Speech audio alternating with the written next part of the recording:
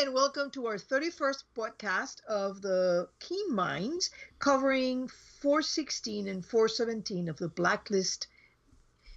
And Dembe Zuma is in Requiem. And I can say, I don't know about you, Jen, but I am very excited. And the excited person here talking is Tessa. And I'm Jen, aka Takata Psycho, And and it's always it's been a really long day, so if I'm a little snarkier than usual, I apologize. There may be a little bit more snark tonight than there usually is. Well, it's also a very exciting episode to discuss. Besides, we're discussing two episodes. We're not going to make distinctions between one and the other because they kind of flew into one another. It was so beautiful. They did. It was incredibly well done, and as always, hats off to the writers because everything worked together so well. And so, what are we thinking about the timing? Do you think maybe where redemption ended and where Dembe Zuma picked up, that maybe there's a little bit of overlap there? Because, I mean, Bokenkamp has said that Tom's been gone 8 weeks in Redemption.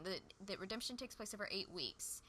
And Cooper said something to the extent of that it had been over a month, which could be 8 weeks. 8 weeks is obviously over a month. But there was no mention of the birthday party, which, Liz didn't have just a massive part in 416, but she was there, and a mom is going to mention her child's birthday, especially when all the godparents are the ones that she works with. And so the fact that it wasn't mentioned at all makes me think there is probably some overlap there. Yeah, I think that this episode, because this episode also didn't happen in one day. We're talking now about Dembe Zuma, and it didn't happen in one day. This was I think over a couple of days, maybe even more. So I think that what we're seeing there is about, I would say about probably 5 to 6 weeks. So we're 2 weeks still going in Redemption.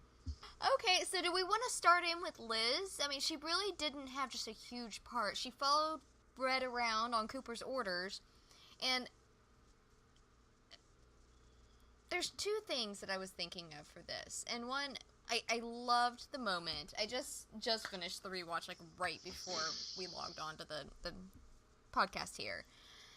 And I'd almost forgotten it, and I'm sitting there and gifing like crazy while I'm watching it because it's such a fantastic moment when Red reveals that it's really the Mr. dark Kaplan. Moments within. Yeah, that gorgeous monologue there, because James Spader, he's incapable of doing a bad monologue. I mean, that's just really the case.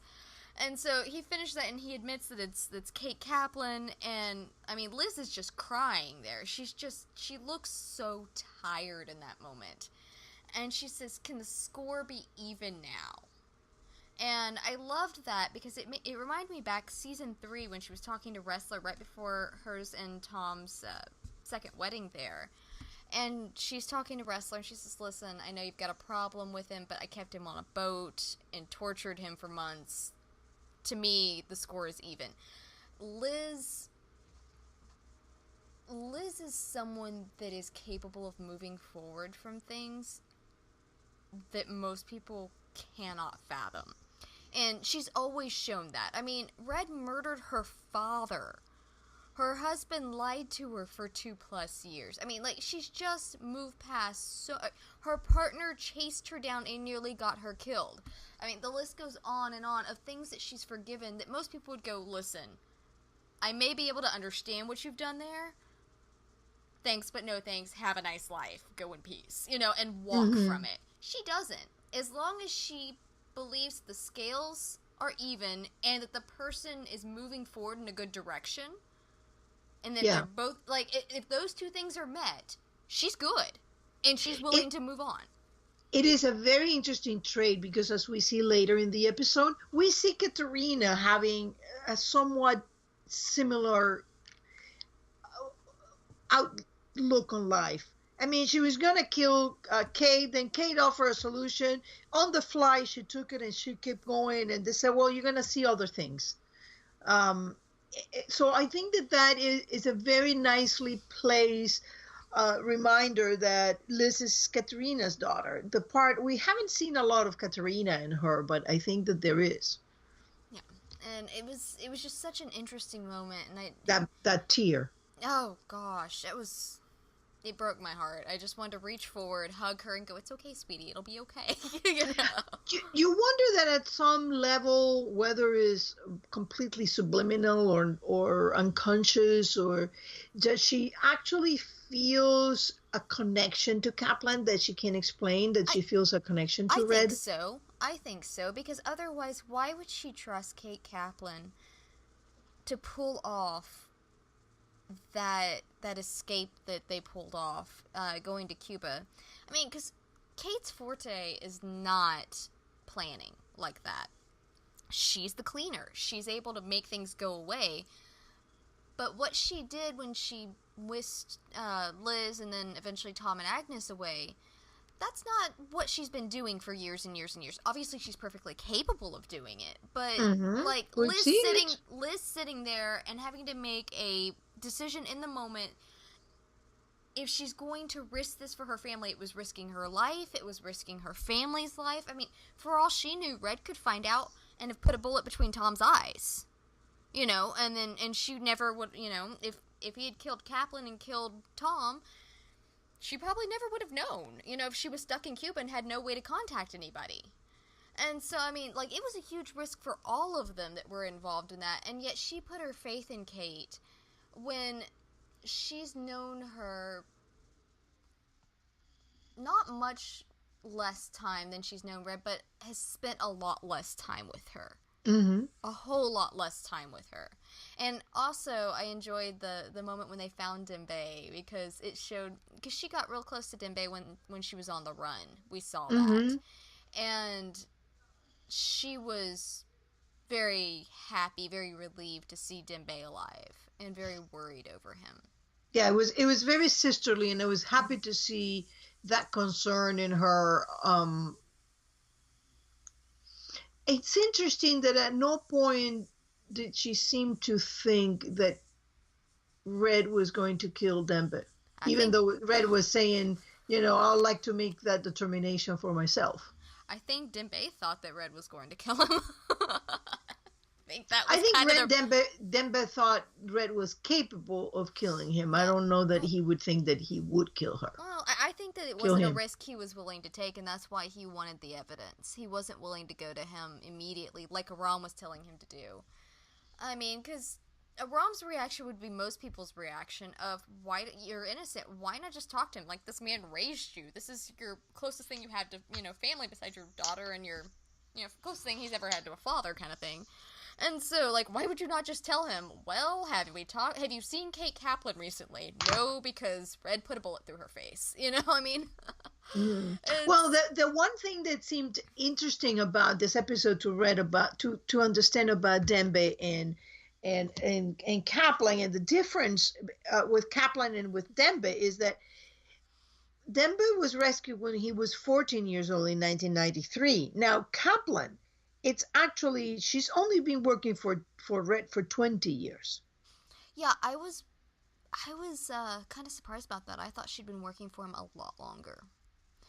So, unless she has, is one of those things. Someone I was talking to on Tumblr made a comment, and we can get into this a little bit more later, but basically questioning if she is a believable narrator, because she was having health issues from the fact she'd been shot.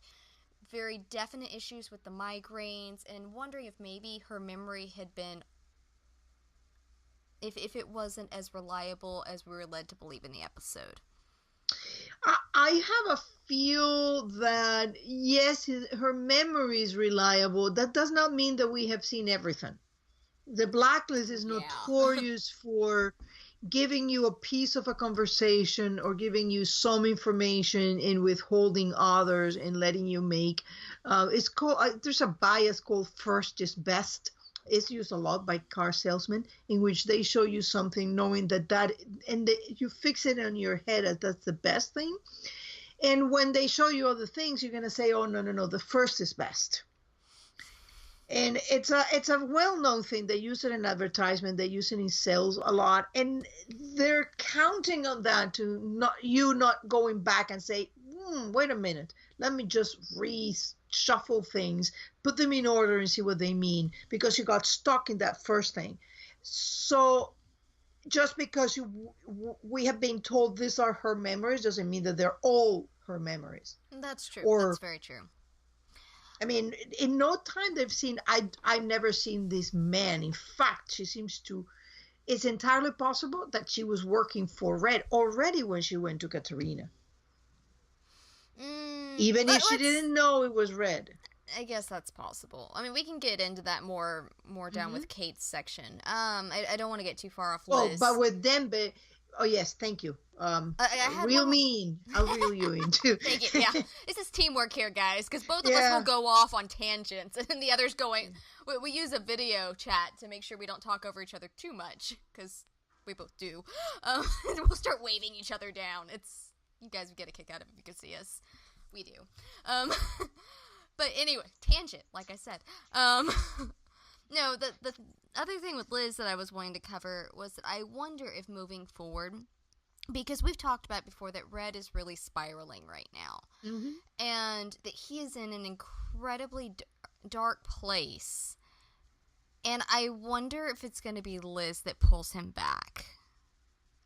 Because I've heard the writers talk about that this is actually going to, strangely enough, bring them closer together. So I'm really hoping, because I've been wanting that for a while, because they have been not estranged, but there's been a lot of tension between Red and Liz, which it makes sense with what's going on, but it'd be nice to have Red start back towards a little bit towards the light. It goes back to the hideous fish conversation. I also think that there is maybe going to be, we've already seen a kind of like approach between Dembe and Liz about, Red is not well, he's not listening, I can't reach him. And now I wonder if there's going to be something, because I think Red needs to be pulled back. And I think part of the dark path that people are seeing with Red is that I think Red lost hope that his way back from the cave, he's traveling to the light, I think is related to Liz accepting him as a father figure. At this point, the only thing we do know for certain is that for Red, Liz is a daughter. Well, yeah, because Katerina's statement was he believes that she is. I mean, so at some point, whether he does now or not, Raymond Reddington believed that Masha Rostova was his child. Well, that's another thing that we might want to get back there. But yes, there is, I think that love, it's what is going to bring Red back. And the love is going to be whether Liz accepts him for what he is. Yeah, I agree. And if anybody can do that in this show, it's Elizabeth Keene. Because like we were just saying, this woman can, as long as certain things are met, she is capable of forgiving insane things and moving forward from that. As long as someone is, but the other person has to be willing to move in the right direction with her. I wonder if it is because of that shooting, or because she knows deep in herself that she has done bad things and she can move away from them. Because I don't think that if you're not capable of doing dark things, you will never understand what it is to do them and what you feel when you do them. And can you get out of there? The people who don't go there, I don't think can understand it. Yeah. I think that's probably a very valid statement there, that she's able to put herself in other people's shoes now. And also, I mean, both since she's gotten some of her memories back, I don't think she's ever gotten all of her memories back. I think she thinks she has more than she actually does. Yeah. But, well, also, I mean, at some point she has to start questioning that if Kirk wasn't her father, and there is another man. I mean, at some point she has to start thinking, hey, you know what? It seems like this guy may be my father, even though he said he hasn't lied to me. Maybe I haven't asked the right question. Maybe the right question is not, am I your daughter, not, are you my father? I think that Liz is really tired right now. When they were leaving the safe house, when she and Tom and Agnes were moving out, they were talking, and Tom said, you know, as a dad now, I'm starting to wonder about my own father. And I don't remember verbatim what the statement was, but she said, I may feel differently about this tomorrow, but right now, you know, we've got this. We've got Agnes, we've got us, and that is all I need. And, you know, I think she's desperately trying to focus on that because she's hit so many dead ends, well, not even dead ends, but just walls, and has been beating her head against it for years now. And I think she's just tired of not getting any answers, and so she's going to stop asking the questions. Now, it kind of like Tom when he was saying, I'm not looking, I'm not looking, I'm not looking, and then went to New York and suddenly, bam, he was gone for 2 months. And then bam, redemption. I think that there's going to be a catalyst there that throws her back into that search. Yeah, it's funny because I think that at this point, it's interesting how they have gone and flipped the position from Liz wanting the answers, you know, I need my answers, to now being Tom saying, oh, you know, it's me now who wants the answer, and Liz is the one who just leave them alone. How they flipped this is an interesting thing. And I think that we're going to see, you know, back and forth. Now Tom is down the rabbit hole. He can now just up and say, okay, you know what? I don't care about either one of you. I mean, now he has to find the truth. And I think that now Liz is at the point where he was and said, you know what? They abandoned me. They don't care. You know, this is my life is. But at the end of the day, the Blacklist is a show about identity, among other things, and finding who you are in the part of I mean, I think that they both know at this point who are they themselves, but they need to know where they come from. Yeah, I agree. And I obviously, Liz being the lead, she will get thrown back into that. Mm-hmm. And so, do you want to move on to Dembe? Dembe, yeah. Oh, I was so glad that they... Like, I never for a second thought he actually did it, but I was glad that they didn't stretch this out into Kingdom Come. Red found out. Suddenly Red wasn't going to kill him. Yay! You know? And so I don't know. I think that Red might have killed him if he I know you're shaking your head. Red is in such a dark place right now. And it could be that he just wants everybody around him to think he's capable of that. But I'm starting to get the impression that even though he started all of this to become a formidable opponent to anybody that might come against Liz, I think it has sucked his soul in and that he is drowning in it. Mm-hmm. And I think that became evident when he shot Kate, who was family. I know he didn't raise the woman, but she was family. She was close. He called her his confessor.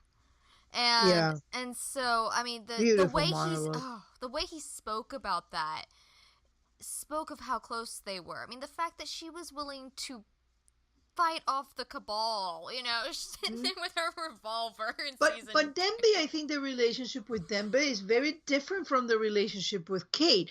Kate was an adult. He hired her because of her devotion to Katerina and devotion to Liz. Dembe is a mix between a brother and a father.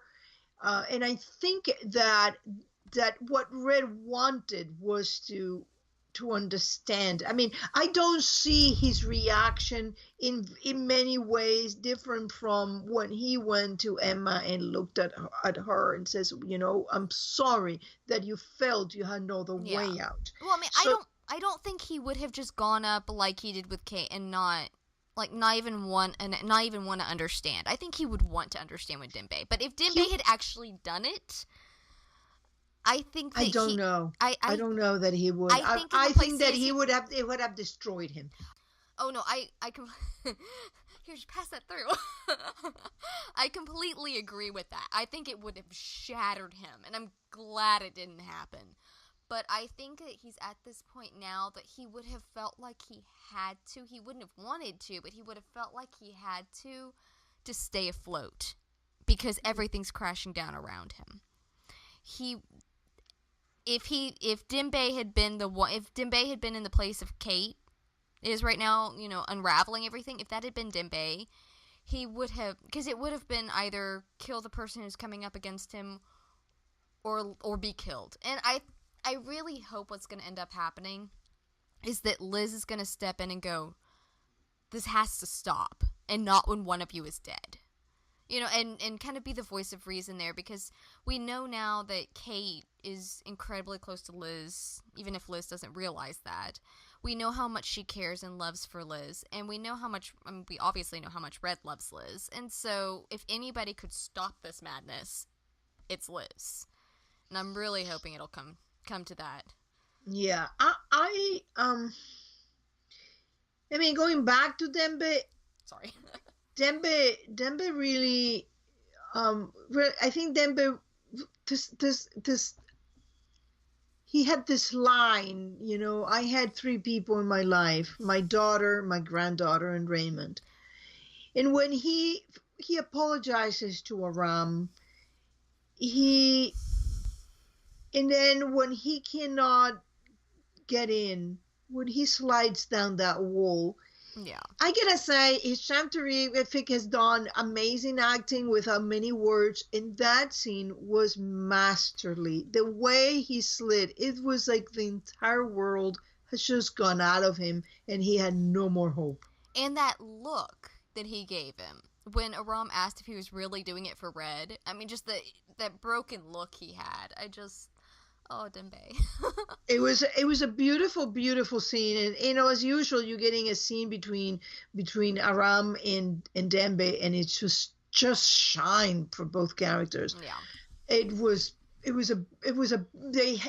little adventure of them was absolutely priceless, especially when you see Aram going in undercover in the building, and it's just. And actually Aram this time goes against Wrestler and against his own team in order to get Dembe to escape. And I think that what we're seeing is Aram was at first, he was a hacker and a brave man in that part of the world, but he's emerging really as a really, really very all round. And the way that Dembe brought that in Aram was masterful. I mean, he arrived at a time when Aram could take charge and find a way to get around things. Yeah, it was beautiful. Yeah, and I loved that, sir. he had fun with that. And I want to touch on something, but I definitely want to go back to Aram and the way he's breaking out of his shell, because I do love that. One more thing I have personally for Dembe, his family, when Red and Liz go to the daughter and... Boy, the daughter changed a lot. She must have been with Dr. Abraham Maltz. Was she a different actress? Yes. Was it? Okay. Yeah, but hey, I think the original actress is actually his daughter. The actor's daughter. Is it I Sean's think daughter? that's what it is. Yeah, I think it is. Oh. But at any rate, I had fun and said that probably she just went to Dr. Abraham Maltz and got a new face, because she looked totally different. And the kid was cute. Oh, kid was adorable.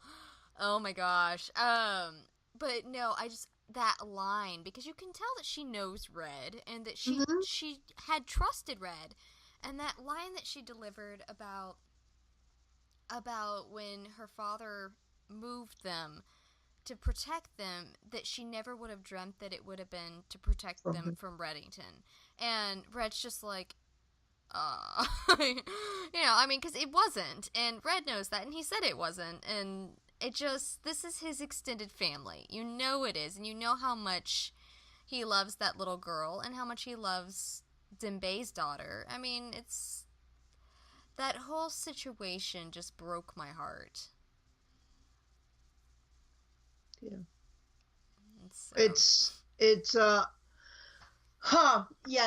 That is very interesting, because as I see, of course it goes into my crazy theories, but as I see Lisa beginning to meet her extended family without really knowing that they are, And I find it an interesting thing because she sees a little girl, and there's like, I remember Liz saying, I got nobody else in the world. I'm alone in the world. And when she's considering giving up Agnes or not, I know nobody with children. And now you're seeing these things. And, should my theory be correct, you have Emma with Will. You have now Dembe in Isabella and Ella. So there is this extended family keeps appearing. And I find that interesting, the way they kind of like plop them in and out, and then they're gone, and you think, oh, it's a dangling end. No, now we find out what happened to Dembe's daughter and granddaughter. Yeah, and it makes total sense. And so, do you have anything else to add for Dembe? Or I think I'm good. That was a shout out to Hisham. That was beautiful. Oh, and beautiful. If you guys haven't read, there was an article posted on Twitter that he retweeted about his life and his military service and his faith and everything. It was really, really cool article. I really suggest you read it. He's a really cool person. That's a real hero. Yeah. Firefighter for like 20 years. It was insane. And a Marine. Yeah. Total pushover. Pushover. So I'm going to be the unpopular person on Tumblr today, or, when this posts, because I'm not angry at a ROM. I know, I know. Tessa's so shocked. She's horrified. I am not. I don't understand. I mean, it's like, I think sometimes people forget that these people have very, very different outlooks on life about everything that we do. They live in a different world we do. Yeah, I'm not mad at a ROM, and this is going to get me into even more trouble. I kind of like Elise. Like, I don't want them to end up together because I am a Saram shipper, and I'm a big fan of that, and, like, I will just straight up admit it that my shipping is getting in the way of that, and I'm okay with that. I'm happy to own that. But as a character, I do really like Elise. Elise a lot. Snarky. I love her when Samara, like, attacks, and she goes, is she crazy? It's just fantastic. Because yeah. I want to do a gift set of those two griping about each other, because it's so great. I think eventually Aram will get to a place where the relationship with Samar will sort of make sense. But I think that at this point, I would say that actually it looks like Elise and him had something that was real more than it seemed at the beginning. And that's the thing is, I mean, I have people that I've been trying to avoid it today. I really have, but there's only so much you can avoid. But I'm sorry, as a Keen Squared shipper, as someone who is madly in love with that relationship, I can't, like, it would be so hypocritical of me to go, but she lied to him! How dare she come back into his life? I like the fact that she realized that she kind of had a thing for him, and she kind of liked the FBI agent, and that they are doing their thing. I mean, but as a writer, I'm coming at this because I'm also of the opinion that they'll end up having Saram be the end goal for those two. And so as a writer, I'm trying to look at it more analytically so I don't get my heart broken too badly. And Elise is a means to the end of getting a Rom to a place where he's capable of dating Samar and not questioning every move that she makes. Not, I mean, because he made the comment to her about not being able to be with someone that basically is a spy. I mean, which is basically what she is to a large extent. And so he's learning to trust his own gut instincts more. He's learning to break out of the box. Apparently he's trying some new things. And Elise's comments to Samar, I think the reason Samar got so feisty about it is because they were true. I think that they were. Yeah, and I think that really bothers her. And then it went into that end conversation between them in which Aram was very honest with her. It was basically this, this is not necessarily about me not caring about you. It's about me being terrified of what I am going to become if I'm with somebody like you. Not because she's a bad person, but because she's so driven and she's so intense that I think he's afraid that he will just go down that rabbit hole and, he'll drive himself crazy. And which is a good possibility if he doesn't learn how to take a breath, and Elise is teaching him that. Now, I do think it'll eventually come to the point where Elise will look at him, give him a kiss on the cheek and go, I'm not the one you're in love with. Go talk to Samar. And walk out the door. But Samar also needs to get to a place where she's capable of expressing her emotions, because right now, when she gets scared, she clamps down, snarks off at him in a really cruel way that makes her... Oh, makes you remind you of somebody? The way they clamps up and goes into rage, because rage is an emotion they can handle. Remember Tom, season 1, Tom? Oh, yeah. I can handle mad. I can make you mad because then I can handle you. And Tom learned, and I've made comments before about the parallels between Saram and Keen Squared. It's probably one reason I like Saram so well. But Tom, if you look at when he and Liz argue now, like in season 4 when they had that big argument when he went in and ended up getting the feed cut and everything, and they had that massive blow up in the safe house. Mm-hmm. You saw him purposefully pull back. He started to snap at her, and then he'd pull back and go, I'm not arguing with you about this. He wouldn't, his go-to was to snipe back, to be, cutting, vicious. But he loves her, and he's grown as a human being. He's grown as a husband, and he purposefully shut himself down instead of shutting her down. And Samar needs to learn that. Right now, she's self-focused, and please, Samar fans, do not attack me on my blog. I appreciate it. Thank you. Please and thank you. I love Samar. I do. And I say this from a place of love for her. I want to see her grow. I want to see her expand and grow as a human being, as a character, as a woman, as a potential, person that will be with somebody. I want to see all of that, and she can't do it if she's self-focused. And right now, she is self-focused because she sits there and she...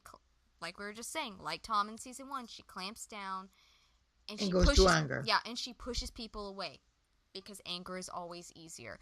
And for people like Tom, people like Samar, people who have lived their lives as covert operatives, that makes sense.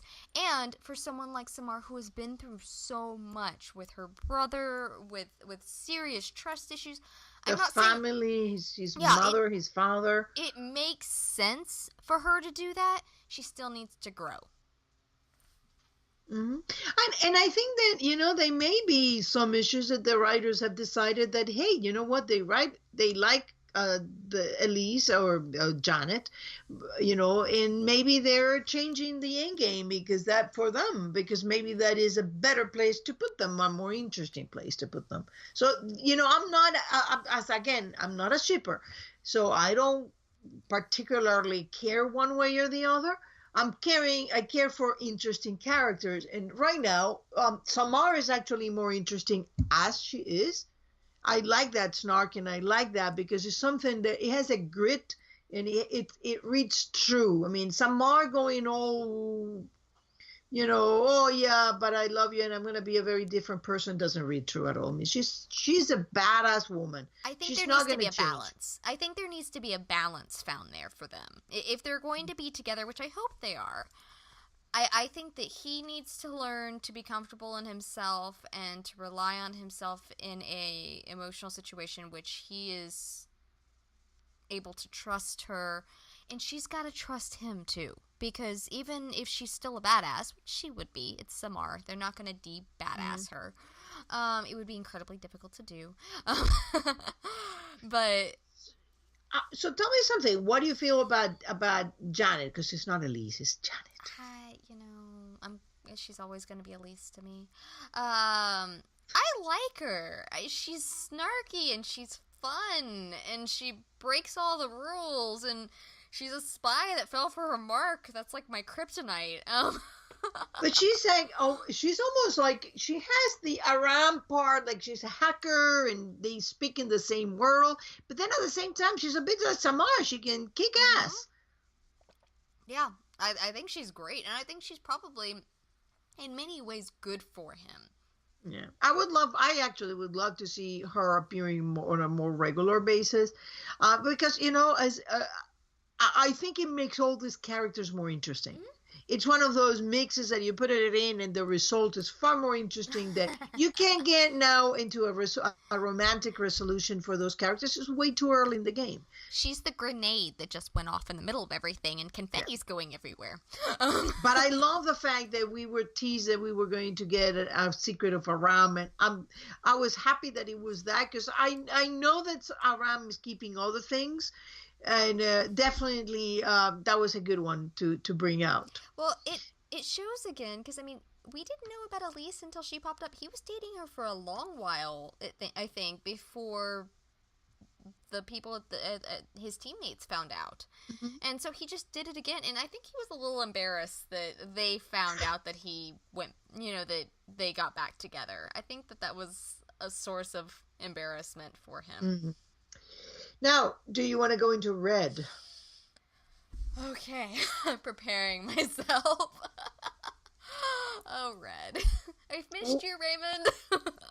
We found so many interesting things about Red. And first, I mean, it was an outstanding performance.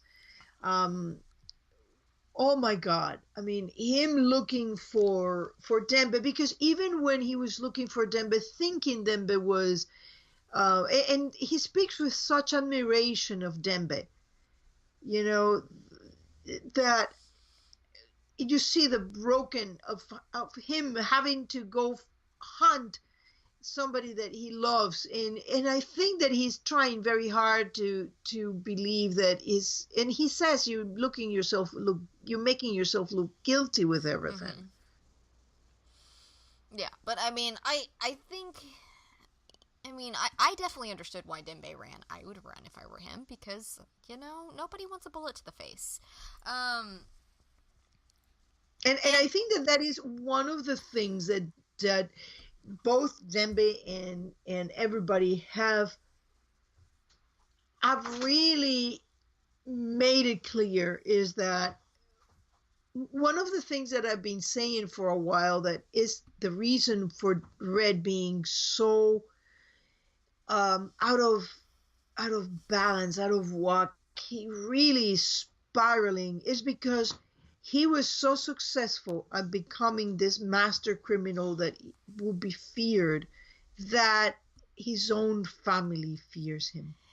It's funny. I just had an interesting quote pop into my head when right after Tom beat the crap out of Kara Kurt with the stool in season 3.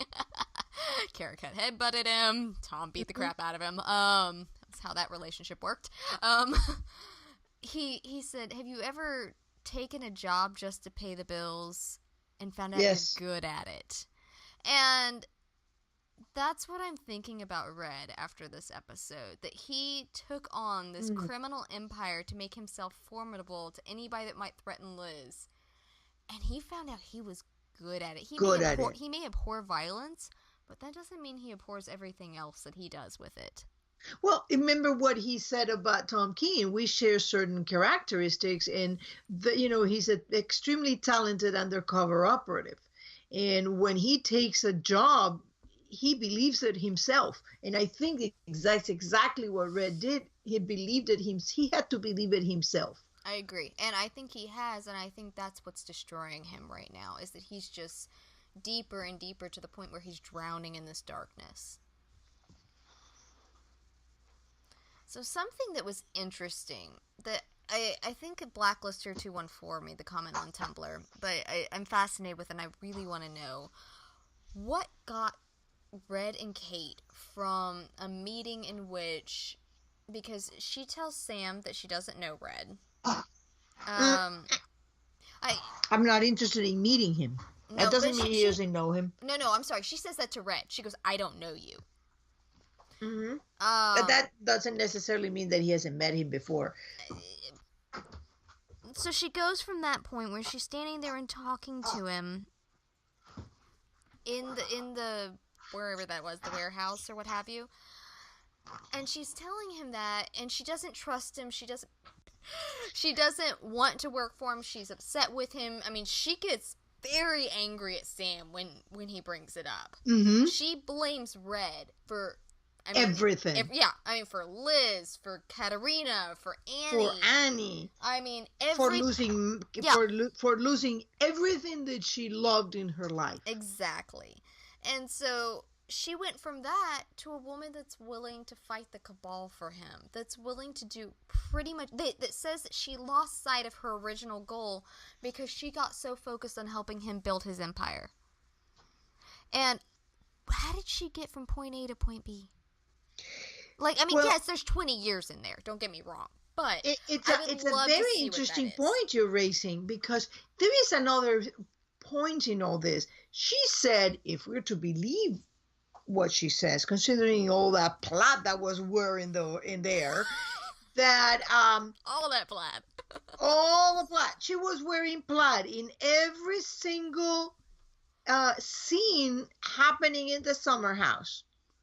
Every single one of them, even after that she gets Liz. She stops wearing plaid when she stops working for Katerina, and she's at the office where they find her. But the interesting thing is that trajectory that she has from hating Red into being, it's something that Red says, you inspire loyalty in others. Now, what was about Liz, what was about Katerina that inspired that kind of loyalty? She could have just simply accepted that she couldn't really care for Liz or protect Liz anymore, and simply just go away and get another kid and love another kid, if we are to believe that she raised 7 children. I mean, she seemed fairly young for that. I thought that as well. And so, but she did say that some of them were siblings. She could have had a big family there. Yeah, 4 kids, 5 kids. Yeah. But, in all of this, the fact that she went from that loyalty to, it's almost like she was like a lost puppy. She almost seems to me like from the moment she lost her mother at that young age, she was a lost person, and she found Katerina, and then lost Katerina and Masha, then found Annie, lost Annie. It is an interesting thing that the person you're going to attach yourself next is the person you hold responsible for all of this. I wonder if there was something that Red explained to her that we haven't heard that made it make sense to her. Either he said, hey, I'm her father, or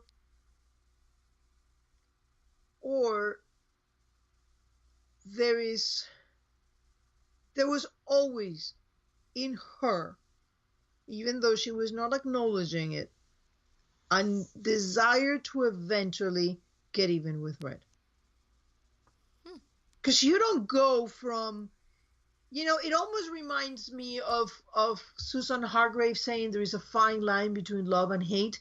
But I don't think you go from that devotion into that hate. Even the fact that she thought that taking Liz away from Red, because this is the part when I'm hitting the walls at whatever angle I tried to go at it, is that Kate knew that Katerina was a spy. Red explained to her that she had all these people coming at her from that she betrayed 2 superpowers, and Katerina had U.S. intelligence, Soviet intelligence coming after her, and all these enemies. And Red explained that they're circling her. So Kate knows that this is not about Red. Red in her life, or no Red in her life, she was already in danger and has been in danger since the moment she was born. there has to be more. There has to be something that we haven't seen yet. And that's, Yeah. I feel like that's when Retcon was getting yelled with 117, or 417, there, I'm doing it now, with, with 417, that I said, I've done that before. I've jumped on the Retcon bandwagon, and I've regretted it, because Blacklist reminds me of that puzzle that Red did, that all-white puzzle, where you might think that you're really close to being done with it, and then you realize that there's this whole other part of it that extends it out, and you just didn't realize that it all was gonna, and so, like, there's a whole piece that you didn't even realize was there. It looked like it was gonna be whole, but it wasn't, and you find all these pieces, and suddenly it starts making more sense to you. Well, it's like if you have ever assembled a puzzles, sometimes you get parts that look similar, and you're given pieces and you put them together and you think you're assembling one image, only to find that when you're going to put the last piece, it doesn't fit, because they don't go in that part of the puzzle. They belong in the puzzle, but you got to find where is it they belong, where's the picture they belong. Yeah. So something interesting that Kate said there in that last scene in 417, or one of the last scenes, the last flashback scene, where they're staying there and looking over the FBI headquarters in DC. She says, "You'll never undo it," talking about going into Liz's life. Not, you can't undo it once you go in, you never will. She knew that once Red took that step, he wouldn't be able to pull himself back. I thought that was fascinating. And so I think she knows Red better than Red is willing to admit about himself. Now, consider this crazy part of theories. If Red already did this with Emma, let's say that Emma is Jennifer, and he already did this with Emma. He surrendered to MI6, struck a deal, and started working with her, pull her in. Is that seduction, not in the sexual sense of it, but in the sense of involving somebody, make them feel special, make them feel, so the world is seductive when you look at it through the eyes of Raymond Reddington. No man makes a woman feel like the center of his universe like Raymond Reddington. I think no person makes anybody feel like the center of the universe like Raymond Reddington. Not just women, but anybody, because he has Carla's comment back in season 2. Yeah, but it's that exactly same thing, because he does the same thing with Cooper. I think that if that again is what you were saying, maybe we're missing pieces, because if Kate already seen this thing happen, she'd be more inclined to say, "Oh yeah, I know how this is going, and it's not going well." I mean, I've seen this happen, and if you don't remember, somebody was willing to steal the witness protection list where my sister is, in order to get to that. So she, even if she wasn't involved in that part, even if she knew that something was not right, and she could see this, and it would be, I think that once we have all the pieces, this is going to become more evident. I agree. And just kind of as a side note, one of my favorite parts, like, I loved the flashback episode. Loved it. But one of the parts that I can't watch without just laughing is Red talking about when he says, "Well, I hired Tom Keene and he went and married her." The way he said it. But I loved it, because the writers have a tendency to take, like, I've noticed this over the years.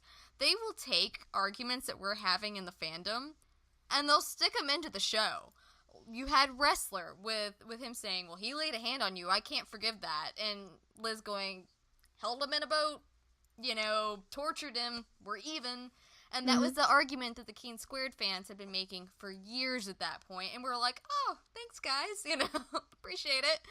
And we've joked a lot of times about the people that just hate Tom. That's not about Tom, guys. It's about such and such. It has nothing to do with Tom Keene. It has everything to do, like you and I say, Katerina.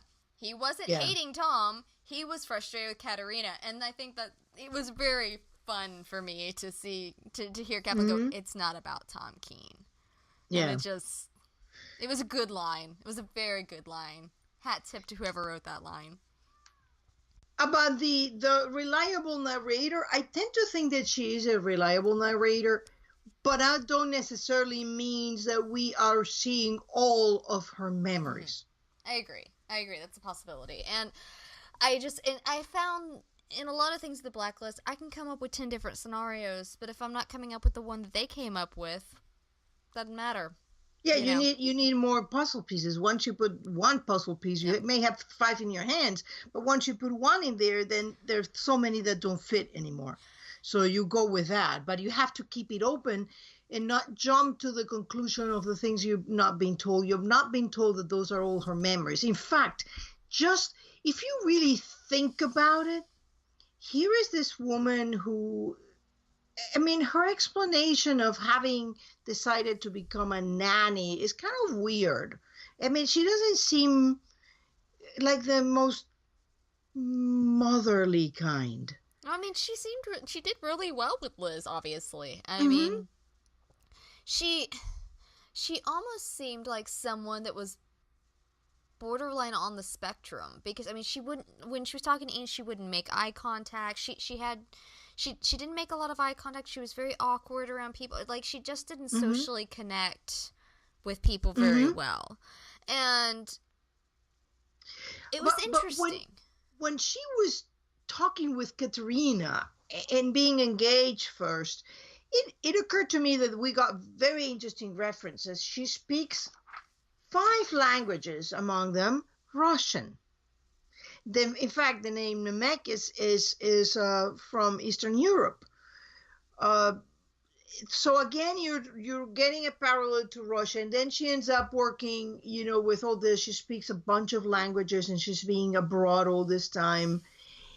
The whole thing seems a little weird to me. That then she ends up with child development, and she goes to rear children and children of ambassadors. The whole thing, there is something in there that is not connecting to me. Something seems... See, I actually didn't question that. I found it very believable. I mean, odd, yes, certainly, but Kaplan is odd. She's, I mean, not in a bad way. I love Kate. Seriously, she's quickly becoming one of my favorite characters in the show.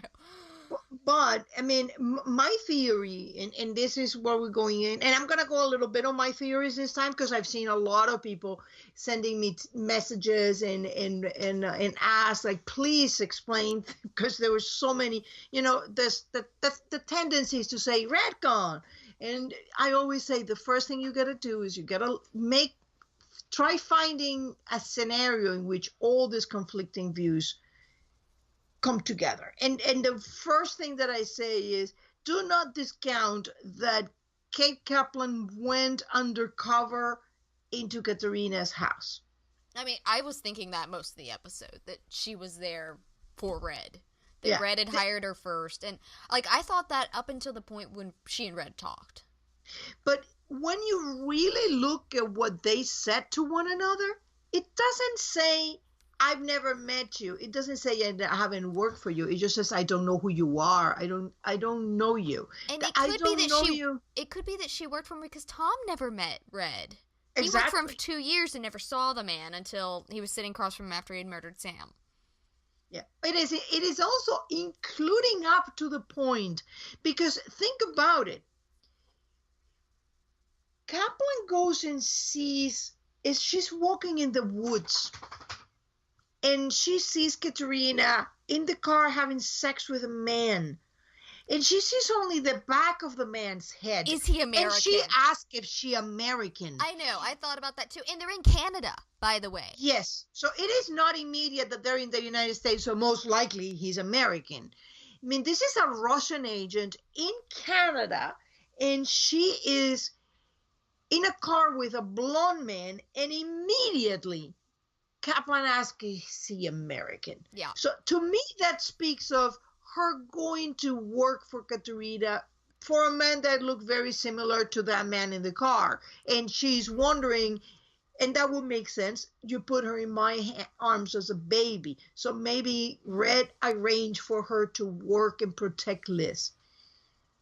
Maybe she'd already met Liz at that point. And that's, all of that makes sense. That helps me make more sense of what felt like inconsistencies in it. I have the two that got me, that I was wondering if they were discrepancies or not, because when they aired, I went back and I watched Mato today to check on those. And the thing is, Great.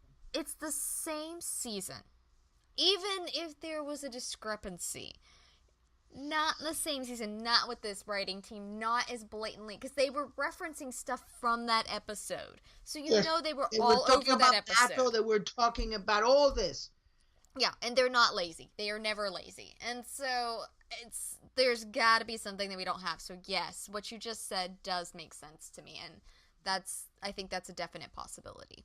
Yeah, and the Blacklist is known for using language that praise, in a way, in the sloppy way people use language. I'm not a native language speaker, something I shouldn't be, even have to say, but you can hear it. and as a non-native, since you don't learn it from the baba mama, you learn in a more precise way, and it always stays with you to question the way and be more precise, because it's not your native language. So I think it preys on the first time you hear that scene with Red and Kaplan, you think, oh, they don't know. I mean, they never laid eyes on one another, but that's not what is being said. And that is one of those things. So what else is the other thing? So we got the Mato. They were both from Mato. The first one was, do you remember what I looked like that night, lying on the street, my head torn open, Annie's body in front of me? And he says, you know that I don't know what you looked like. I was away. And so, to me, that said he knew her by that point. He had to have, because otherwise, why say, I was away? Why not just say, I didn't know you yet? Of course I didn't see, Yeah, that was before my time. Yeah, like, I'd have no way. This is not my fault here, And the second one was put her in the arms as a baby girl. Exactly. So this is Annie's body's in front of me. They've gone away. They're working in there. This is and just says she basically disappeared in 1991. So you know that she was Catherine Nemec in 1991, and in 1991 she became Kate Kaplan. Yeah. And obviously she became Kate Kaplan when Annie Kaplan died. Mm-hmm.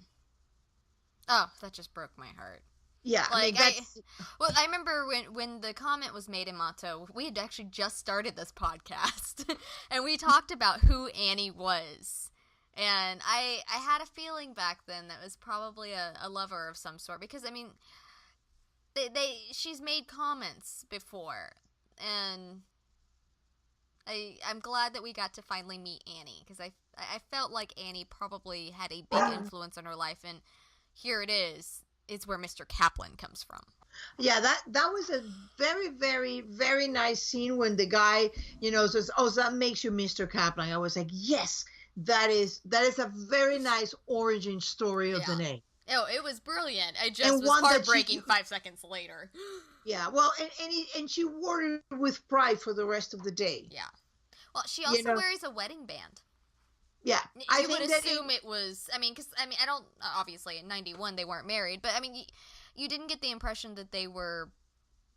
Maybe she just wore one of the rings. But I was gonna say, I get the impression that when Annie died, she was like, nope, there we go.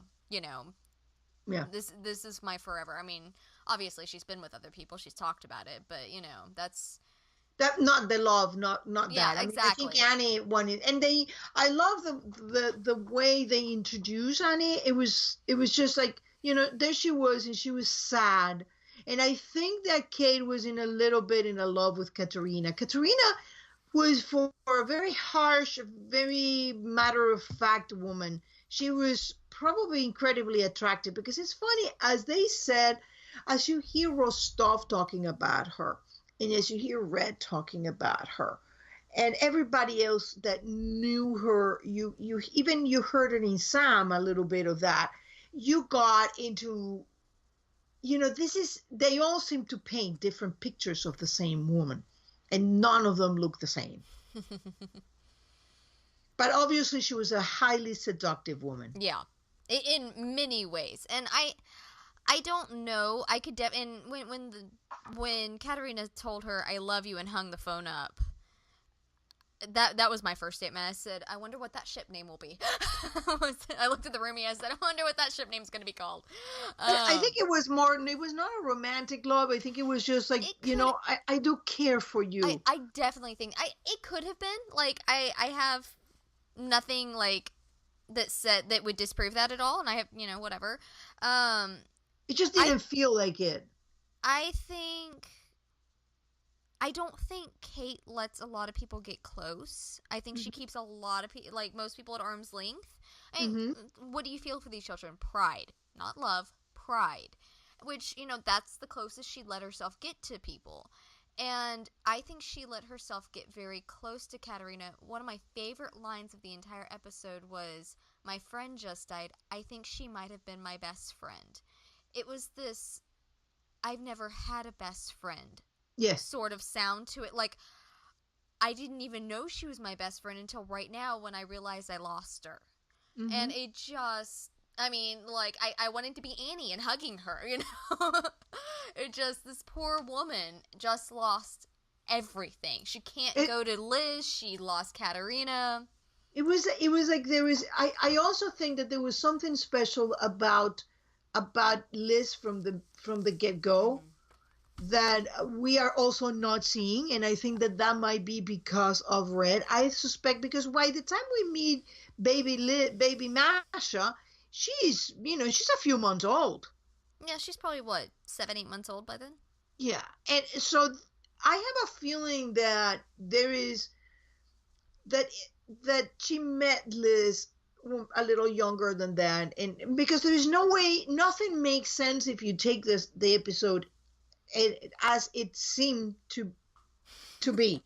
Nothing makes sense. There is so many things that it contradicts that it would be just like they started the series all over again.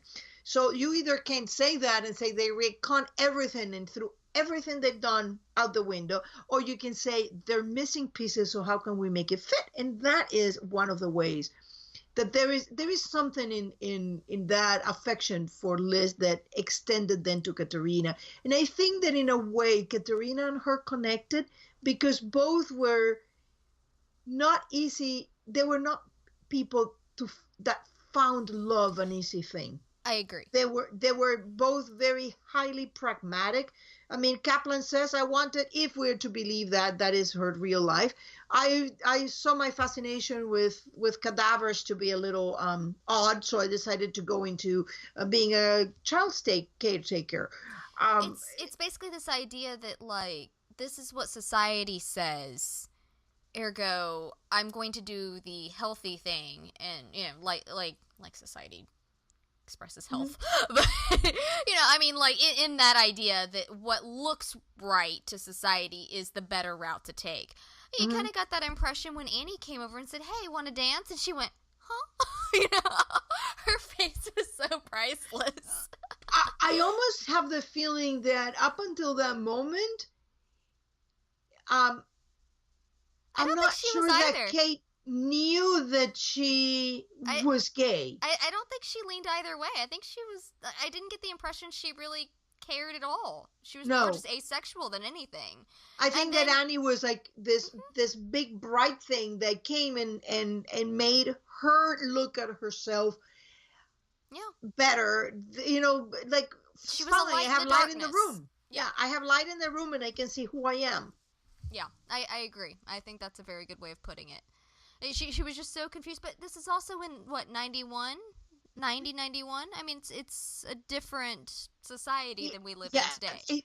Things weren't as easy as they are today, but I love the fact that they chose to show us happy Kate. Yeah, I do love You Happy know, Kate. playful Kate and all that. And it's a very interesting thing because you segue into is that his name Hunter? I don't know his name is. Does he have a name? Hunter, Oh, Mountain Man, yeah. I don't know. Forest Man, I think they just call him the Hunter. He the probably has Hunter. a name, but yeah.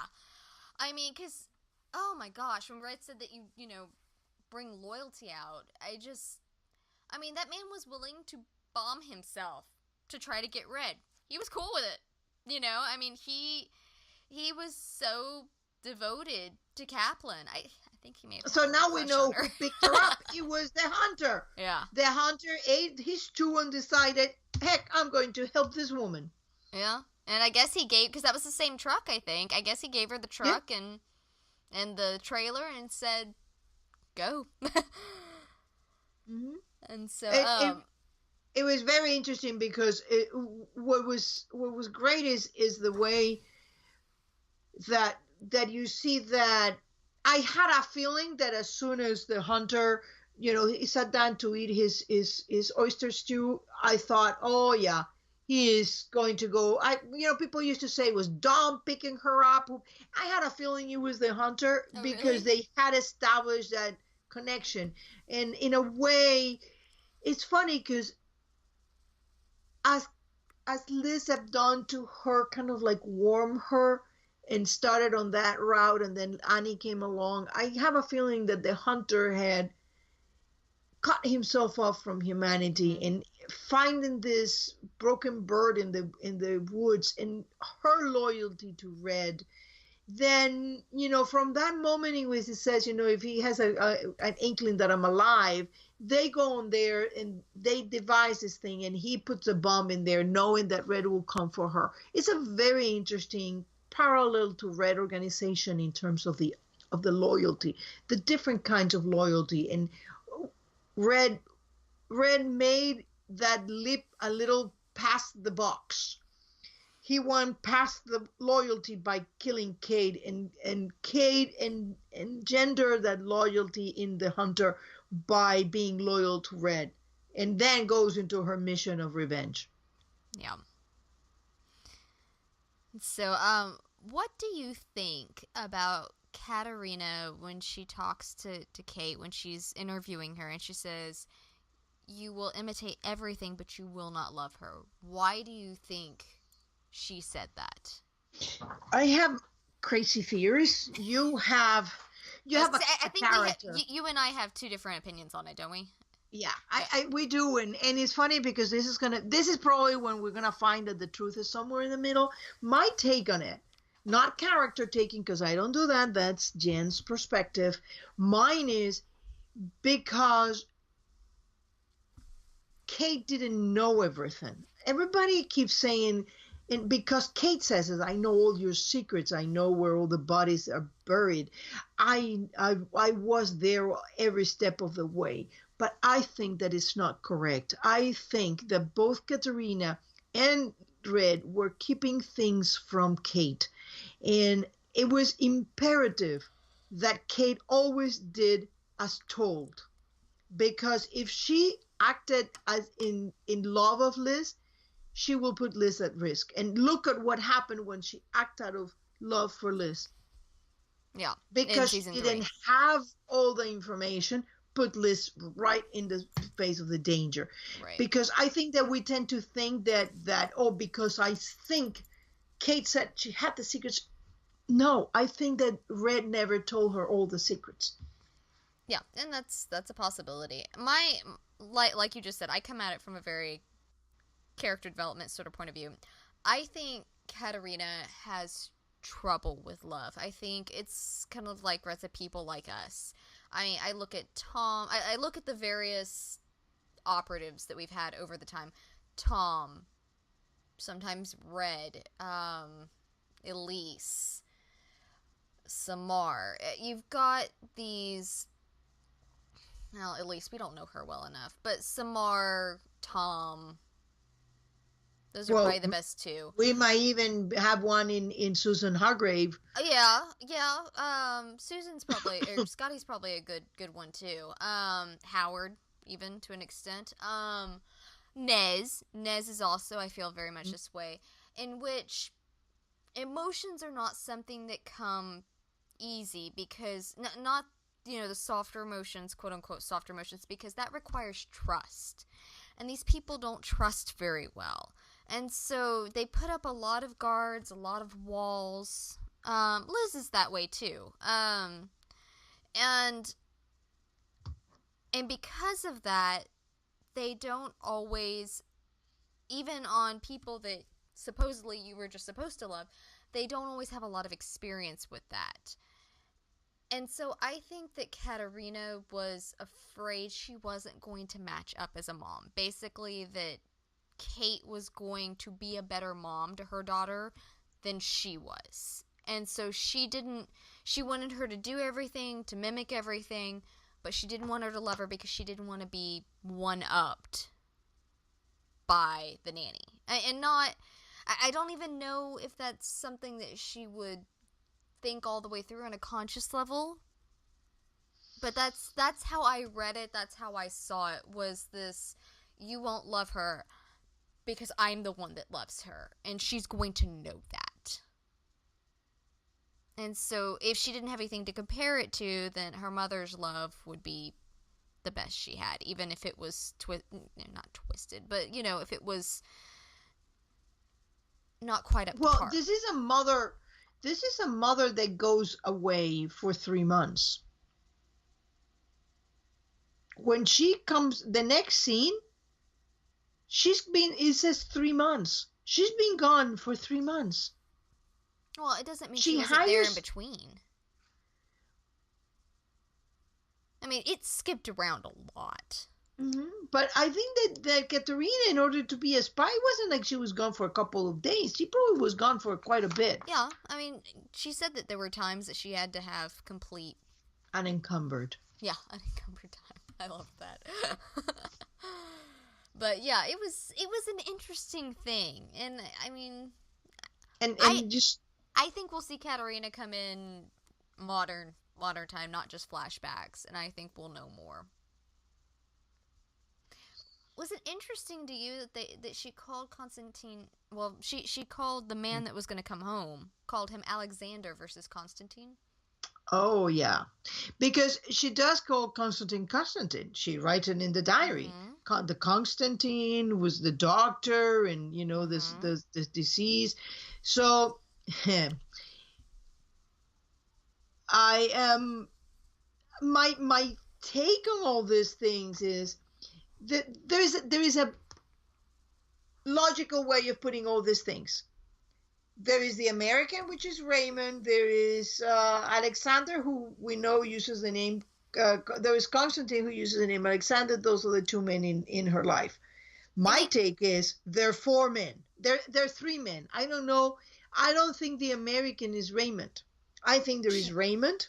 It was confirmed because no. The only person that called him the American was Kate, and then when they were talking about the American, Kat called him Raymond. No. Pretty sure. No, they're talking about. She talks in the same sentence, about. It was never going to go anywhere with Raymond, and then in the same sentence she calls him the American. I'll have to go back and rewatch. I would have to go back because this is very, very new, and I haven't had my chance to go over the material as well. But there is one thing that I thought is that there's Alexander Kirk, there is Konstantin Rostov, and there is Red. And the American is Alexander Kirk. And that is the man that Liz kills. So why would Constantine take that name? I mean, that doesn't make a lot of sense to me. Because that name protected him from being Rostov, linked to Katerina Rostova. I wonder... Because I think that Alexander Kirk was an American who was a spy for Russia. So taking the name, so not very well known in Russia because he was undercover. He was being, he was a double agent. And I think that name protected Rostov. Just as an alternative possibility, looking at the fact that it was already linked to Constantine in earlier season 4, I wonder if maybe that was a name he used when he was in North America, like when he was in Canada, to stay away from a name associated with Soviet Russia. But if he had an alias that he used when he was in Canada and America. Think about this. If Katerina had been married to another KGB agent, she would not have had problems with Constantine. I'm not saying that he was KGB. I'm not saying he was KGB. I'm just saying he was a businessman over there in Russia. But he couldn't have been a businessman in Russia in Soviet times. We're in the Soviet times. There was no private enterprise. The state owned all means. You didn't own a house. He could have been a government official, though. No, then you would not have described yourself as a businessman. In communist Russia, in communist Soviet times, there was no private enterprise. There was no. You don't own a house. You were assigned a place to live. You didn't choose the profession you had. The state chose it for you. You were given some money to buy clothes, and there was no way on earth. You could have described yourself as a bureaucrat. You could have described yourself as an apparatchik, but you would have never described yourself as an honest businessman. And this is before Masha was born, so this is still Soviet times. Konstantin Rostov could not have been a Soviet citizen. He was probably of Russian origin, Konstantin Rostov, but there was no way on earth. And if he had been a KGB cover, and Red tells him, you were wealthy. You were wealthy before Masha was born. Yes, there were some apparatchik that had some money and they had stored away, but there is something bizarre in all this. And if you look at this is a lot of blonde men with blue eyes lying around. And I have a feeling that all this pool in here, there is identities. Because I have a feeling that Katerina and Red were working together, and that this abundance of blonde, blue-eyed men was done with a very specific purpose. Finding a man that could pass as Rostov to go to Russia with her and spy on Russia while pretending to be Konstantin Rostov. That's why all men had to be the same. And funny that they all knew a grifter. A grifter is basically somebody who can improvise and make believe he's something that he's not. And that was interesting that both of them knew Sam. That was an interesting thing, because you don't... What circle would Sam have run in? There's a lot more to Sam. Yeah, Sam was very interesting. But do you see what I mean? There is something in all this thing that is very tempting to say, well, Konstantin was a Russian, but Konstantin was supposed to be the one providing her a cover because he was wealthy and well-connected. Wealthy and well-connected in Soviet Russia wasn't a thing that happened. And then to provide a cover, how? Then he would have been living in Russia, or he would have been a diplomat, in which case it probably was a KGB. So the whole thing is not making sense unless you start dividing these things in. And Alexander is one person, and I think that Alexander, the bad man that Liz killed, it's a different person than Konstantin.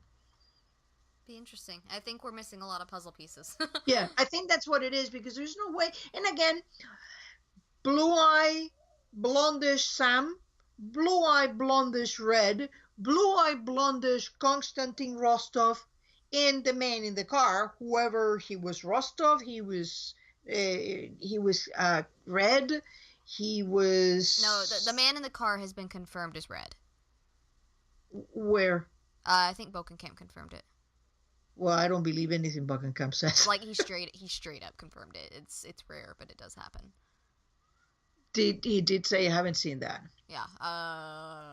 Don't remember Okay, the list. so But yeah, he the did man in the confirm car, it. the man in the car is Red, and obviously he's been carrying an affair, and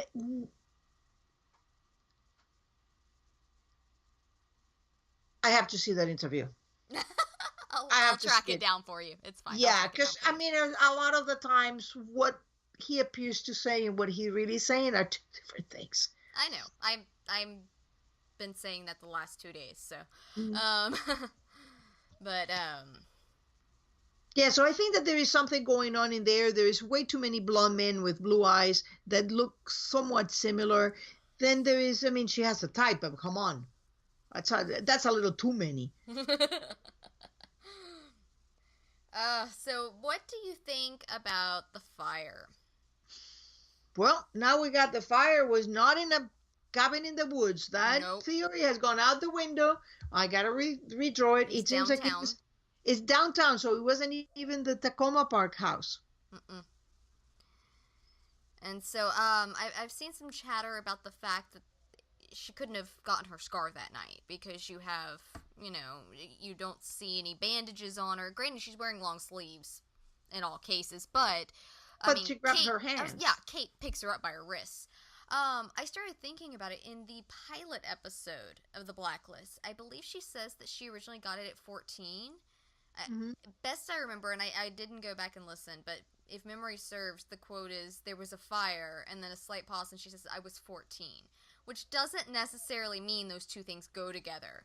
It could have just been a strain of thought. There was a fire, thinking that's how I went to go live with Sam. And then when she was 14, she got the scar. Yes, something is not adding up in that entire situation. It is also remarkable that when Liz is having memories of the fire, she sees the thing appears, but it seems like at that same time she's inside the house, but then she's outside the house. Something doesn't match in all that scar getting. Yeah, I think memories are misplaced and altered, and I mean, because we also saw the scar when she was walking at the Summer Palace in early season 4. It appeared, yeah. Almost makes you feel that it is also possible that she got that scar before. And that's possible as well. She could have already had it. I mean, there could have been other events. Also, Liz seemed curiously untraumatized. And Katerina leans and tells Kate something. I have a feeling that she tells what Liz did. Let's kill her father. Yeah, maybe. That would make sense. But if someone made a comment on Tumblr that I saw today, said that a lot of children will internalize those sort of traumas, and they'll come out as nightmares and such. So that may, I mean, at 4 years old, that may not be as big of a thing as everyone went, oh my gosh, why isn't she freaking out? She may not have understood. She just killed a man. That may not be able to process with a 4-year-old's mind. And so... did you see all the ripped clothes in Katerina? She was in a big fight. Yeah, and she did. She said there were a lot of people. There was shouting. There was a fight. And so we saw it in the flashbacks that she was struggling with somebody. Mm-hmm. Yeah, that was a heated argument.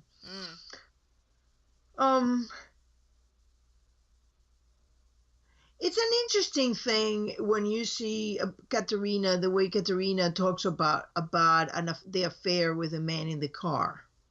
It is. Frivolous, exciting, and dangerous. And she notes that he's married. I mean, she's married. That doesn't seem to be an issue for her. She's married to Constantine. Or Alexander Kirk. Or somebody. Now... Then again, that's when you start getting all these things, because frivolous, exciting, and dangerous. Yes, that sounds like the kind of things that Red loves. I mean, think Madeline Pratt. I mean, just trying to kill him was like, hey, just foreplay. It's just an exciting woman. But I mean, just for crazy theories here, let's suppose one thing, because one of the things that we're forgetting about what Red says about Katerina is that Red makes one very specific, which I think is the biggest clue we have seen in the entire episode, actually. It's that Katerina betrayed two countries, two superpowers. Yeah, but he does say. I mean, at least it's heavily implied. It could be that there was some wordsmithing going on there, but it's heavily implied that he was talking about America and the Soviet Union. Exactly. So that means that if Katerina betrays the Soviet Union, we know that she basically left her post and went to chase after Masha. But why the United States? She didn't betray the United States unless she was working for the United States. Well, I mean, and the fact that it could be something having to do with the fulcrum. It could be the fact that Red had been her mark. I think that's probably where that was going. That Red was her mark, and that she had... But that wouldn't have been a betrayal to the United States. That was her job. She was also... Well, if you're a foreign agent... It wouldn't. If you're a foreign agent, they're going to come after you. They're going to come after you, but they were not going to call her a betrayal. Maybe. You don't... I mean, let's say that you find here a string of Russians in a house in Washington, just to draw right from the headlines, and they're being spying on people. You wouldn't call that a betrayal. They're Russian. Yeah, That's what they do. You know, they're Russian spies. What would you expect them to spy on other Russians? They spy on Americans. They're an American, they're a spy, and you couldn't call that a betrayal. The word Red used implies that Katerina was a double or triple agent, and then you could say, you know, she was betraying everybody. Yeah.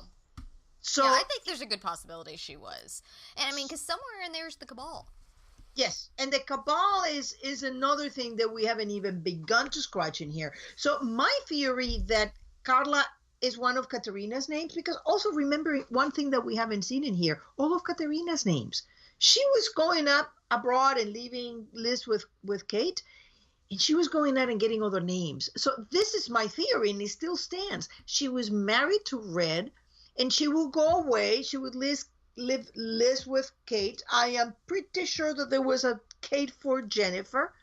And then what was exciting and frivolous, because frivolous is a funny word for an affair. It's frivolous, exciting, and dangerous. It's having an affair with your own husband. Because he's supposed, let's say that she married Red, then was supposed to target Red under another identity. So now they're playing this fun spy game where I'm seducing my own husband, pretending to be somebody else, and he's going along with it because I'm a double spy, or maybe I'm a triple spy. So now we have this affair going on with my own husband that I call it a mark, and now we're getting into things that make sense. I know that it's complicated, but that's how things make sense. It doesn't make sense otherwise, because there is no way that you can explain Dom if Red has just been an affair. I disagree with that, but that's okay. To the point where they know where the other ex go. How many Sunday brunches do you have to go with somebody to know how they like their ex like that? Without words, just pass your stuff, you pass my stuff. Red's charming. That's family. I know. And I think that Dom saw him as family, sees him as family. But that does... I'm just not on board yet. But, I mean, look at it. Forget about being married. Dom, it's a stumbling block when you think that things are as they seem. Katerina was married to Constantine, and she was having an affair with Red that was a mark, but then stopped being a mark and may have been the father, but she didn't know really who he was. And then she just, it doesn't make any sense, because how in this scenario could she have been Red with Katerina's father? How in this scenario could have been Dom not telling Red, you had an affair with my daughter that got her killed? Not you made a bad decision for her. An affair is not a bad decision Red made. I mean, not even a father could say that. I mean, it's not like he grabbed her and raped her. Obviously, she was happy to have the affair with him. So there is no way that those universes exist. It's like that's where when you try to put the puzzle piece, it's like this is not the place it goes. There is no other way. You're looking at me like she's gone off the deep end. You have to, I mean, you can't see the way she's looking at me, but she was sitting there like with a little head like, no, she's a goner. I'm just holding back right now on Katarina and waiting for more information. I don't have anything that's entirely solid and set in stone with that. And so I believe there are a lot of pieces that are not available to us yet, and as those become available, more things will make sense. And so that's where I stand on Katarina. And as I've said before, if it comes out that Carla is really Katarina, I will give you all the kudos. I will hat tip you. I will declare it to the podcast and to Tumblr and what have you that Tessa was correct. The entire world. I mean, you will get a megaphone from the outer universe. You will hear me, cackling away. And in between her cackles, I'll go, Tessa was right. But currently, I am not on board that one. Yeah, I know that's a little extreme. Now, should we talk a little bit about Sam? Yeah. What an interesting character. I was so wrong. I thought he was a diplomat. No, he was a criminal, just not the criminal who abandoned her. Where did you get diplomat from? Well, Katarina seduced diplomats and spies and wealthy people. So I checked the mark diplomat. I checked the mark intelligence. I was left with diplomats. And, I mean, but we also don't know that she was sleeping with him now. It is Katarina. You remember what Sam and Red are saying? They're talking about the woman with the legs. It's a possibility. Believe me, I'm much closer to that one than I am the Katarina's Carla. I mean, obviously, she didn't even know who the father was. Well, I think she meant between Red and her husband, but it could have been. That's one of those assumptions. It could have been one of many. Because who the hell was that guy in her kitchen that she ended up in a scuffle with? Some random dude in her home. I mean, that's speaking Russian in Canada. Who knows who that was? It was KGB because Kate says he had papers on him, Soviet intelligence. Oh, okay. I thought she was saying that those were Katarina's papers. It says Soviet intelligence, and she says, So he could have been Soviet intelligence, or there have been papers, but probably was papers that he had on him. Yeah, Sam was pretty much exactly how I would have assumed he was. Grifter, straightening out his life, that's pretty spot on to what I expected from Sam. You did. Now pulling back and going, I don't want a kid in my life. Sam might have stretched the truth a little bit about how he told the story, how he took Liz in, but hey. Well, Red wasn't lying. That's the way he told the story. He was a grifter. No, I'm not saying that Red was lying. I figure Sam did tell it, but it's not like you're going to tell the child that you end up raising, yeah, kid, I almost kicked you out on the curb. It's like, hey, got nothing to do with me. I'm a single man. Yeah. And so, yeah, Sam was, and that kind of makes a little more sense why Liz feels like she raised herself. I have a feeling Sam tried, but Sam did not have the answers a good portion of the time. And so he probably did a lot of trying and a lot of failing as a single dad who had just barely scraped his life together. And it could explain why the FBI didn't turn that up about the fact that he had a criminal past. One, he might not have been caught. If he was a grifter, if he was a really good grifter, he may have never been caught. And two, he could have changed his identity and scrubbed it. Because heaven knows, we've seen a lot of scrubbed identities in this show. And if Red went on to do that, and he knew Katarina, he had connections to be able to do that, on federal level. It's like, then again, how do intelligence officer, counterintelligence officer, and a Russian KGB agent both know and trust a grifter. So they walked into a bar one night. Yeah, that's a good one. Explain that one to me, because that is certainly, then that's how I go in intelligence. To me, if you want to hear my crazy theory, you're up for it? You say, why not? She's like, yep, we're going in the deep end. Let's All right, I'm ready. All right.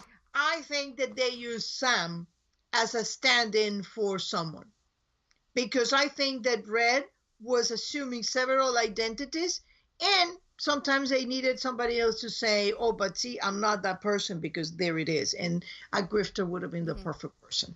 That's possible. That's if they needed something from him, that would make a lot of sense. Blonde man, blue eyes. Yep. To a Russian, probably an American is just as another American. I love Sam so much, and once again, it makes me really, really angry that Red killed him. It's one of those things. I know why he did it. I've still never forgiven him for that. I will never forgive him for that. If anybody tries to convince me, I would suggest just not wasting your breath, because I will never forgive Red for killing Sam. Well, one thing that was very interesting is people were saying, oh, they use the shadows to make Red, so they wouldn't have to use another actor for young Red. Oh. But that is actually 10 years later. She says 20 years of her life. So that means that Red has been almost for 10 years. I'm glad they didn't use another actor, because the roomie and I were actually talking about that. We were joking. We said, you can't replace James Spader. There's something in his movements. I mean, yeah, they could have voiced it over. I mean, it's such a distinctive voice, but it's the movements that he makes when he talks. It's the small gestures. The man is amazing. You can't. I'm glad they didn't pick anybody else. I'm glad that they worked around it like that and did not get a younger actor. I thought an interesting thing that the side of his face that they kept in shadows was the actor's, hold on, his right hand. His right hand face. And in the promos, it's also the side of the face where he's kind of like blurred, and it looks like he has burns or something. Yeah. There's something weird in the promo, in the opening. And he knows a plastic surgeon. Yes. So I thought that was an interesting thing, that they chose to put the shadows on his face in the same point where in the promos his face looked like it's a little weird. It's almost like the ear is kind of chewed up. It was breaking. It was shattering. Mm-hmm. Yeah, I wonder if he had some burn issues, or if he'd gotten some sort of plastic surgery or something. Yeah, that's interesting. No, I thought that was very. I don't know. I don't know if that was just straight up makeup and lighting. That's the same actor that played Sam. I mean, the gentleman's probably. I don't know what the actor's name is, but he's probably about James's age. Mm-hmm. And so they managed to make him look quite a bit younger. That was impressive. And I think they may have either put a lot of makeup on James or used some CGI to smooth out some bags and stuff under his eyes. I mean, they made him look younger. And so, I mean, it was, I think they did very well. Yes, they did. It was very, very well done. Now, going back to that burn in the fire, that fire also had very interesting things. Katerina has suit on her. Obviously, Kate was in a hotel room waiting for her. And she says, if we go for what Red said before, that the man she killed was Red, but she never says Red. She never says his name. She never even says the American. He says he was a bad man. Yeah. But think about this. She just have said that the man Liz killed is a bad man, and yet a week later calls Kate and tells her to take her to Sam, and saying that Sam is somebody that both Katerina and Raymond trust. Yeah. Not trusted. It's a good point. It's a very good point. And if Red were the bad man that Liz shot, her father, would then she care that Red trusted Sam or not. She would have chosen somebody she trusted. She wouldn't have given a hoot about what bad man was. We also don't know what happened. She made a comment at one point. She calls Kate, and Kate goes, "Where are you?" She goes, "I don't know. Payphone." And so she's been gone for a week there. I think there's a week or two. Like I said, I've only done one rewatch. Between when she leaves them in the hotel room and when she tells her to go to Sam. She calls from the night, and then when she calls from the beach, dressed as if she was in that's like a couple months later, I think. Well, it's 3 months later. From the fire. 2 months. So Katerina committed suicide. Okay, it was 2 months then. Okay. Sorry about that. But the point being that at some point in there, even if he wasn't out of the hospital or what have you, she may have gotten a hold of Red and they may have had time to talk. And he may have told her things and explained things. They may have had that discussion in which she forgave him. Look at Liz. As long as she has certain things met, she forgives a lot. Katerina may be the same way. She may have been willing to forgive him for what had happened, for stealing her away and all of that, to the point that she would trust that Red has Liz's best interest in mind. Unless Liz's father really is not Red, but Red considered himself the father, and Liz killed her father that was a bad man. It's puzzle pieces. I don't think we're going to sort it out tonight. Oh, absolutely not. But it's an interesting thing because there's so much in that episode that, we're probably going to do a season 4 wrap up session and talk about everything, because I think that we're going to learn a lot of things. Yeah, I do too. It was, and Bokenkamp has said, whether we can believe him or not, he said the paternity issue will be handled by the end of season 4. I hope he's telling us the truth and not screwing us around on that. I thought it had already been handled, but whatever. Well, it's never, it's being, Red had made it very clear that for him, biology doesn't make any difference. So I think that in that sense, it's being answered, because whether he is the biological father or not of Liz, it doesn't matter to him at all, because it's about if you care for somebody as a daughter, it doesn't matter if she's not your daughter. Yeah. Well, do you have anything else to add? I have one thing, but I wanted to save it to the very end. Nope, you can go ahead. Okay, so I love Mr. Grey. I was very happy to see Mr. Grey. I was always rather fond of him, in that, we had a few short episodes with the man before, he screwed Red over and got smothered. But I just loved the comment as the alarms are going off. He's in FBI custody. What's the worst that could happen? And all I could think of was the Keens with what could go wrong at the bookending redemption. Liz saying it in the pilot and Tom saying it right as it was closing at the end. What could go wrong? And I'm going, Mr. Grey, have you learned nothing? Yeah, section into that. There was an interesting comment made by Blacklister 214. She said, there is this thing about not loving Liz. Red hires Tom to watch over Liz, but not love her. Yeah, I saw that. and Katerina hires Kate not to love Liz. So it seems like these people have a real problem with understanding that apparently Liz is very lovable. We love you, Liz. Even if we're not supposed to. and it's like, and look at that. He hires Ezra. And Ezra is already like, okay, I'll give you some things. I'm going to betray Red to give you a couple of days. And I'm paying because I'm still in a concrete cell under a no contact order. Oh my gosh, Liz. I still feel terrible for Ezra because he's still rotting in there as far as we know. Oh, maybe she just rescinded it or took the charges or maybe whatever. The poor guy's still rotting in there. But, it's like, don't do that, guys. Whatever. It doesn't happen. She apparently can melt any heart. Well, Tom got it. Tom was okay with it. He was the lucky soul. I mean, it took being chained to a boat to be even with her, but, hey. Love knows no bounds. You know what they said when Red met Dom? He says she had your temper. So, and we saw that definitely Katarina had a temper. Yeah. Yep, and Liz definitely does. One of my favorite lines of the entire show is still him going, "Now, before you throw that coffee cup at me." Because you know there have been things chunked at his face before. Yep.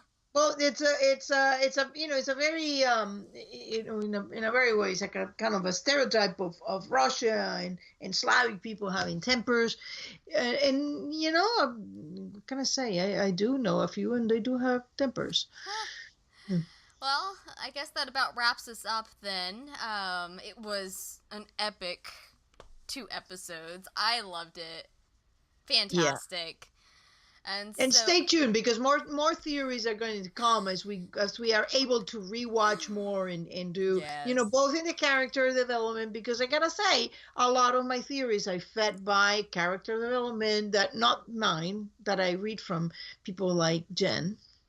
Yes, I do ramble on about about writing and character development and plot development and all of the sorts of developments.